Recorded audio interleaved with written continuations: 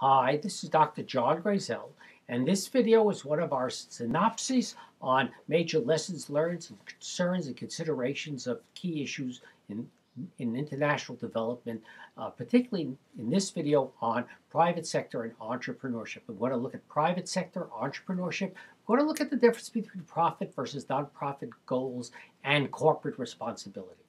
Now, the whole role of private sector, whether you count it as development, is a bit controversial because it is important what people invest. It's also important what people earn. There's tremendous remittances from workers overseas, and these do affect the economic development of countries to a tremendous extent.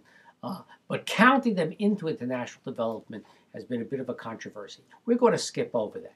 We're going to focus on private sector and capitalism, which is the basis of private sector. And there's big and little private sector. There's the big private sector and the whole idea of what's often been called the neoliberal agenda, the whole idea of just having a free market system dynamically working in the world, and with particular interest very often of big corporation and big institutions. But then there's the little private sector, individual people working for their individual benefits and doing individual production. And very often this is underestimated by people. In fact, all the figures you see about the world economy, all the figures you see about any nation's economy are highly underestimated because they leave out an enormous group of people that are working in what's called the informal sector. These are sectors, they're not formally licensed, they don't get taxed, they may be legal or illegal, they may be honest in terms of little food vendors, and they may be dishonest like drug dealers. But it's a tremendous phenomenon. The fact is, it doesn't get reflected in general economic information. Now, as we talk about the private sector, I want to make one thing clear. One of the things that seems to be going around is that everything should be a business or treated like a business. And that's not what I would advocate at all. In fact, there's a tremendous misunderstanding. There are certain things for which business is good, things in which you want lots of choices and not one single standard, things in which you want to give lots of opportunities. You don't want to have necessarily one monopoly, things that are a private benefit, not a public good. Things that particularly want innovation rather than assurance. But everything is not business. Now, since we can't give a lot of examples, let us just be aware that when you do go looking for examples, there's a big difference between a set of things that just are naturally better in the private sector. The one I feel is most outstanding, hotels. Nothing's worse than a public government-run hotel. Hotels are an individual benefit, highly discretionable, run by human incentives in terms of quality. Private sector does hotels much better. Opposite is water. Water is a basic human need. It's a minimal need. In many cases, we all have to share the source together. And when water gets privatized, like in bottled water, you get incredible distortions and in both price and availability in comparison to when water is done as a public service, such as the New York City water system, which probably has better water than the vast majority of bottled waters that you buy in garages. And then you get mixed fields like health, where you have to be very careful. There's public health and private health. And some things, if all of us don't get vaccinated, you don't get rid of smallpox. That's very public.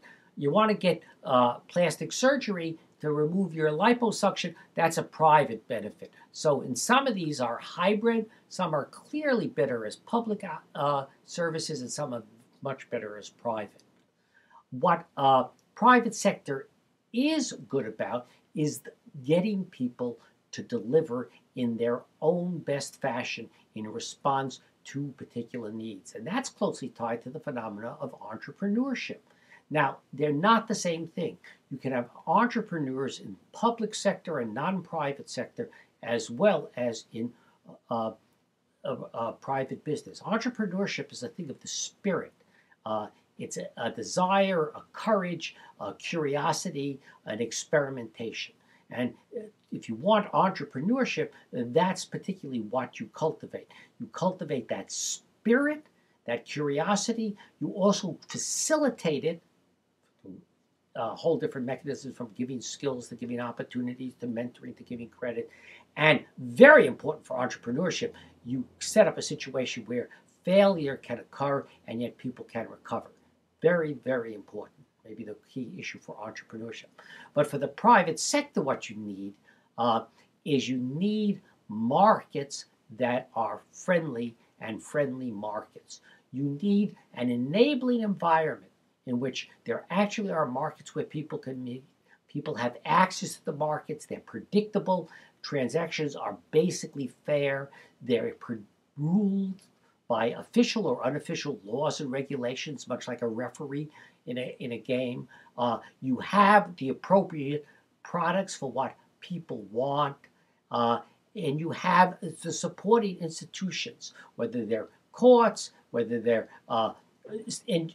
sanitation inspectors, whether they're police, the institutions that keep the market going. Without a really functioning market, it's always impossible. It is impossible for true business and true private sector in a market sense to actually work. What of all these issues, what's the most neglected is the ability for market participation. We often look at all these things that a business person needs to succeed. We very often don't look at the thing that a client needs to succeed in the market economy.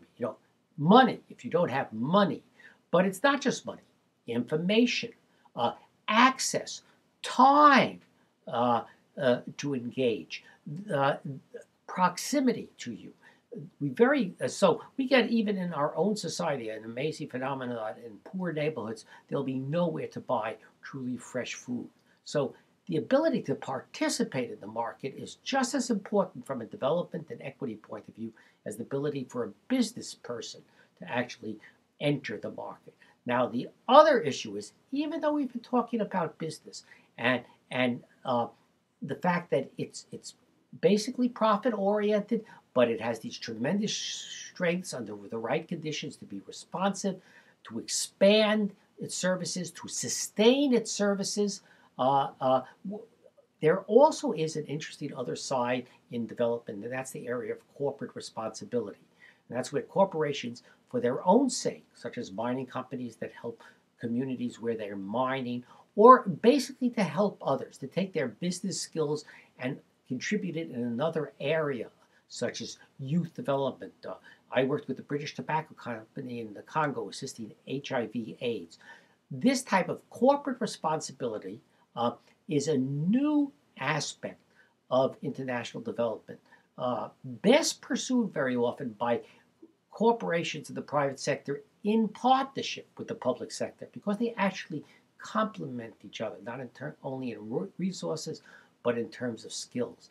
Now, just as a point of reference, because one can't give many examples, the best partnership I have ever seen is something called the Philippine Business for Social Progress. It's an organization that brings together Philippine and foreign businesses, big and small, in the Philippines, and works with them and partners with donor agencies, partners with the government, and offers an enormous amount of different alternative ways of its members partnering, and at the same time provides them the facilitation and the expertise to actually design and implement and evaluate their corporate responsibility. So if you want an absolutely excellent example, Philippine Business for Social Progress is, I think, the best in the world. And the basis for it, I would say, if you want to know more than anything else, is actually not profit, not benefit, but moral sentiment. We often read Adam Smith's book about the wealth of nations. Fewer people read his book called The Theory of Moral Sentiments. And in fact, private sector engagement and markets and business can not only be driven by a desire for material benefit, but can be a basis by which we can express our sentiments for each other, in which we put our moral and ethics into actual action, and in which we form relationships that allow us to respond to others, to be of service to them, and to feel that we ourselves are of service to our society and our world.